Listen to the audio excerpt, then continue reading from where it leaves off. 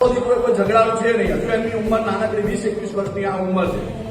20-21 વર્ષની ઉંમરના દીકરાને મારી નાખવાના ઈરાદાથી આખું જનૂની મગજ રાખીને આવી ક્રિમિનલ માનસિકતાથી આવીને ગુજરાતની અસ્મિતાને ખરાબ કરીને ગુજરાતની અંદર ગુજરાતનું ભાજપનું શાસન એવા શાસનની અંદર આવીને સત્ય સમાજના નાના દીકરાને આવી અને આ લોકો મારી નાખવાનો પ્રયાસ કરવામાં આવે છે.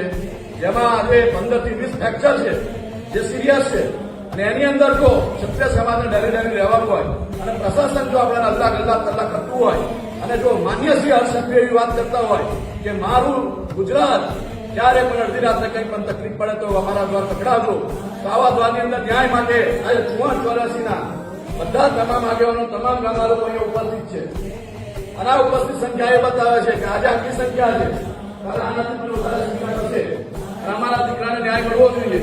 આજે અમારા દીકરા સાથે થયું છે, કાલે અમારા ભત્રીજા જોડ થશે, કાલે કોઈ બીજા ગામમાં થશે, કોઈ તાલુકામાં થશે, કોઈ જિલ્લામાં થશે.